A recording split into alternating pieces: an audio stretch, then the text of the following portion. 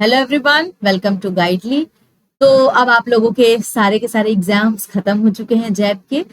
बहुत सारे लोगों के बहुत अच्छे अच्छे मार्क्स आए हैं, काफी सारे लोगों ने अच्छे मार्क्स से क्वालिफाई भी किया है। अब मैं बात कर रही हूँ यहाँ पर जो लोग भी 2025 के एग्जाम को टारगेट कर रहे हैं, यानी कि जो लोग इस चैनल पे नए हैं या पहली बार जैब एग्जाम दे रहे हैं उनके लिए, या जिनका कोई कंपोनेंट रह गया है, लेफ्ट आउट रह गया है, जो क्लियर नहीं कर पाए हैं उनके लिए, और जो सोच रहे हैं कि उनको 2025 एग्जाम्स को टारगेट करना है, उन सभी के लिए मैं यहाँ पर आप लोगों के लिए सीरीज लेकर आऊंगी जहां पर हम इंपॉर्टेंट कॉन्सेप्ट्स को डिस्कस करेंगे, उससे रिलेटेड क्वेश्चंस को भी देखेंगे। तो जल्दी से जाएं और हमारे इस यूट्यूब चैनल को सब्सक्राइब कर ले ताकि आपको चीजों की टाइमली नोटिफिकेशंस मिलती रहे और बढ़िया तरीके से यहाँ पर पढ़ाई करेंगे। कोई भी डाउट होता है चैट सेक्शंस में, कमेंट सेक्शंस में आप मुझसे बिल्कुल आराम से पूछ सकते हैं। मैं जरूर हर चीज का आपको रिप्लाई करूंगी। टाइमली यहाँ पर हर चीज का नोटिफिकेशंस मिलता रहेगा।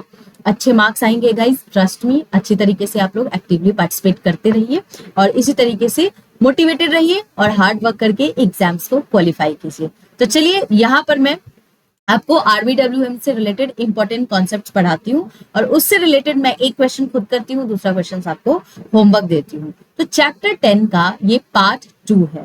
तो सबसे पहले आप लोग सारे पार्ट्स को आराम से जाकर देखेंगे, प्लेलिस्ट बना हुआ है गाइस।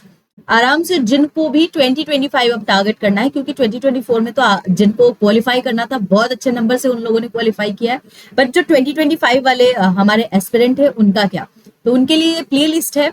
आराम से जाइए और सारे के सारे चैप्टर्स को गो थ्रू कीजिएगा। आरबीडब्ल्यू में एक ऐसा कंपोनेंट है जिसमें हर चैप्टर एक दूसरे से इंटरलिंक्ड है, सबसे आसान है, सबसे स्कोरिंग भी है। आप लोग चाहे तो कमेंट सेक्शन में देख भी सकते हैं कितने अच्छे अच्छे स्कोर्स आए हैं यहाँ पर एस्पिरेंट्स के, ठीक है। तो बहुत ही इजी भी है, लेकिन यहाँ पर अगर एक भी कॉन्सेप्ट आपका मिस होता है तो धीरे धीरे आपको सब कंफ्यूजन ही लगने लगेगा और लास्ट टाइम में आप पैनिक करोगे, अरे मैम हमने तो पढ़ा ही नहीं था, अरे मैम आपने गलत बताया, अरे मैम ऐसा, अरे मैम वैसा। ऐसे नहीं करना है। आप टाइम ले, टेक योर टाइम, आराम से।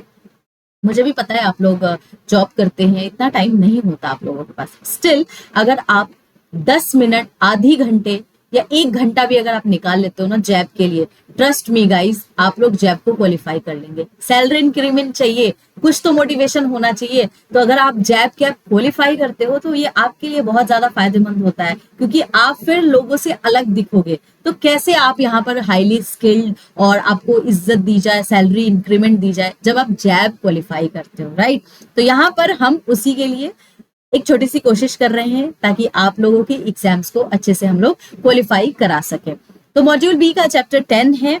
पार्ट 1 में मैंने एक क्वेश्चन आपसे पूछा था, उसका जवाब मैं यहाँ पर दे देती हूँ, फिर हम पार्ट 2 में प्रोसीड करेंगे। तो मेरा पार्ट 1 में जो क्वेश्चन था, how does the maximum interest free period duration vary among credit card. 4 options थे। It is fixed at 30 days for all the cards, it ranges from 20 to 50 days depending on the card issuer, it ranges from 40 to 60 days depending on the card issuer, it ranges from 10 to 20 days depending on the card issuer। तो क्या होता है इसका correct answer? इसका correct answer था 20 to 50 days depending on the card issuer। तो option B हमारा यहाँ पे करेक्ट आंसर था। चलिए आगे चलते हैं। हम यहाँ पर एनपीसीआई के बारे में पढ़ने वाले हैं, यानी कि national payment corporation of India. कब आया, क्यों आया, किसके द्वारा लॉन्च किया गया, ये सारी चीजें हम यहाँ पर देखने वाले हैं। तो यहाँ पर आप देखेंगे एनपीसीआई को एस्टैब्लिश किया गया था 2008 में, और ये एक इनिशिएटिव था, किसके द्वारा? आरबीआई के द्वारा इनिशिएटिव था। और क्रिएट किसने किया था इसको? इंडियन बैंक एसोसिएशन ने और आरबीआई ने, दोनों ने मिलकर इसको क्रिएट किया था।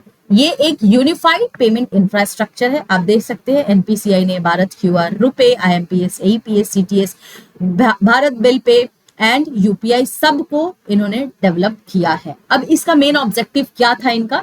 तो ये यहाँ पर robust and affordable payment systems provide कर रहे थे to the banking sector across all over the country. Now NPCI क्या करते हैं? यहाँ पर एनपीसीआई का काम होता है मैनेज करना एंड ऑपरेट करना। जितने भी आपके रिटेल पेमेंट्स होते हैं ना, और जो भी आपका सेटलमेंट सिस्टम होता है, उनको ये ऑपरेट करते हैं, मैनेज करते हैं और आपको इंश्योर करते हैं कि ये secure, efficient and innovative payment system है, ठीक है। तो ये होता है इनका पूरा का पूरा इनका डेफिनेशन, इनका डाटा, इनका फैक्ट्स जो मैंने आपको यहाँ पर बताया है। आगे चलते हैं, अब भारत क्यूआर के बारे में देखते हैं। तो यहाँ पर आप देखेंगे ये जो भारत क्यूआर है वो भी एनपीसीआई के द्वारा ही लॉन्च डेवलप किया गया है in collaboration with master card and visa. अब यहाँ पर देखेंगे कि ये क्यूआर बेस्ड पेमेंट सिस्टम है, ठीक है। ये यहाँ पर जो आप ट्रांजेक्शन्स करते हो बिना फिजिकल कार्ड के करते हो, ओनली आप यहाँ पर क्या करते हो, क्यूआर कोड को स्कैन करते हो और इजिली पेमेंट करते हो। आज के डेट में आप देखेंगे कितना आसान हो गया है कि आपको पैसे भी लेके नहीं जाने पड़ते हैं, डायरेक्ट अपने फोन से स्कैन करो और फटाक से हमारा पेमेंट हो जाता है। कितना सिक्योर हो गया है, ओनली बिकॉज ऑफ एनपीसीआई, क्योंकि एनपीसीआई ने ही फिर इन सबको डेवलप किया है। अब आप देखेंगे 2007 में इनको 2017 में इनको इंटीग्रेट कर दिया गया था with Bhim QR and UPI. अब इसकी कुछ इंपॉर्टेंट फीचर्स देख लेते हैं। तो इनका जो है काफी लो कॉस्ट इंफ्रास्ट्रक्चर होता है, तो इसलिए ये काफी ज्यादा अफोर्डेबल रेट में है, कॉस्ट इफेक्टिव है। इसके अलावा ये इंटरऑपरेबल है between the different card networks, आसानी से आप इसको कनेक्ट कर सकते हो, पेमेंट कर सकते हो। इसके अलावा आप देखेंगे इंस्टेंटली आपका जो है पेमेंट का नोटिफिकेशन, जैसे आप पेमेंट करते हो आपको नोटिफिकेशन आ जाता है। सिक्योर ट्रांजेक्शन है, कोई भी आपको फिजिकल जो आपको स्लिप वगैरह होती है, कॉपी, इनवॉइस लेकर घूमने की जरूरत नहीं पड़ती है, क्योंकि आपको सारी की सारी चीजें ऐप में मिल जाती है। साथ के साथ जो भी आपके ट्रांजैक्शंस की हिस्ट्री होती है, जैसा कि मैंने आपको कहा, हर चीज आपको मोबाइल ऐप में मिल जाता है। तो कोई भी चीज आपको, यानी कि फिजिकली कोई भी चीज आपको लेने की यहाँ पर जरूरत नहीं पड़ती है। तो कितना ज्यादा सिक्योर हो गया ये, ठीक है। ये होता है भारत क्यूआर। अब हम बात करेंगे रुपे कार्ड की। तो रुपे कार्ड एक इंडियन कार्ड नेटवर्क है जो कि यहाँ पर कैटर करते हैं डिफरेंट कस्टमर सेगमेंट्स को। बेसिकली ये लॉन्च किया गया है एनपीसीआई के द्वारा और ये पार्ट किसका है, प्रधानमंत्री जनधन योजना का। अब इसमें भी आपके वेरिएंट्स होते हैं, तो चलिए एक एक करके सारे वेरिएंट्स देखते हैं। पहला है क्लासिक वेरिएंट। ये बड़ा ही, ये जो हमारा कार्ड होता है ना, वो बेसिक फीचर वाला कार्ड होता है। इसमें ज्यादा आपको एक्सेस वगैरह, जैसे एयरपोर्ट लॉन्च एक्सेस वगैरह प्रोवाइड नहीं किया जाता है, सिंपल फीचर होते हैं इसमें। प्लेटिनम में आप देखेंगे airport lounge access, insurance cover and various offers आपको प्लेटिनम के कार्ड में आपको प्रोवाइड किया जाता है। बिजनेस प्लेटिनम बेसिकली डिजाइन किया गया है फॉर कॉर्पोरेट कस्टमर्स, तो ये डेडिकेटली कॉर्पोरेट कस्टमर्स के लिए ही बिजनेस प्लेटिनम कार्ड होता है। फिर आता है आपका रुपे सेलेक्ट। ये रुपे सेलेक्ट जितने भी हमारे एफ्लुएंट कस्टमर होता है उनको टारगेट करते हैं और इसमें आप देखेंगे वाइड रेंज ऑफ आपको बेनिफिट्स भी प्रोवाइड किया जाता है। तो ये था आपका कुछ वेरिएंट्स एग्जाम में जिससे क्वेश्चंस पूछे जाते हैं। कुछ और भी रुपे कार्ड के इनोवेशंस है, जैसे कि आप देख सकते हैं। पहला है कॉन्टेक्टलेस। तो कॉन्टेक्टलेस रुपे जो कार्ड होता है वो क्या करता है, आपको ऑफर करता है contact lens payment with the near field communication technology. ये आपका बेसिकली वायरलेस टेक्नोलॉजी होता है, जिसमें आप देखेंगे ये इजिली हेल्प करता है कम्युनिकेट करने में। एक फोन को दूसरे पेमेंट नेटवर्क से इजिली कम्युनिकेट कर पाते हैं और बिना कांटेक्ट के आप यहाँ पर सिक्योरली पेमेंट कर पाते हो, ठीक है। दूसरा आता है रुपे ऑन द गो। अब इसमें आप देखेंगे ये पेमेंट्स आपको अलाउ करते हैं। आप देखेंगे आपके जो स्मार्टफोन्स होते हैं, स्मार्ट वॉच होते हैं, आपका जो एक्सेसरीज वगैरह होता है जो आप वेयर करते हो, उन सब में भी आपका ये रुपे ऑन द गो ये चिप लगा होता है, जिससे इजिली आप पेमेंट्स कर पाते हो। अब बताइए कितना आसान हो गया है। चोर चोरी भी करेगा तो क्या ही करेगा, मतलब उसे तो पता ही नहीं होगा कि स्मार्ट वॉच में हमारे रुपे कार्ड है और हम इजिली यहाँ से पेमेंट कर सकते हैं। मतलब कितना आसान चीजें बनाई जा रही है कि लोग सुरक्षित हो सके। उनको पैसे, जो पहले के टाइम में हम ज्यादा अमाउंट लेकर घूमते थे, काफी डर भी होता था चोरी होने का, अब वो डर खत्म हो रहा है क्योंकि डिफरेंट इनोवेशंस यहाँ पर हो रहे हैं।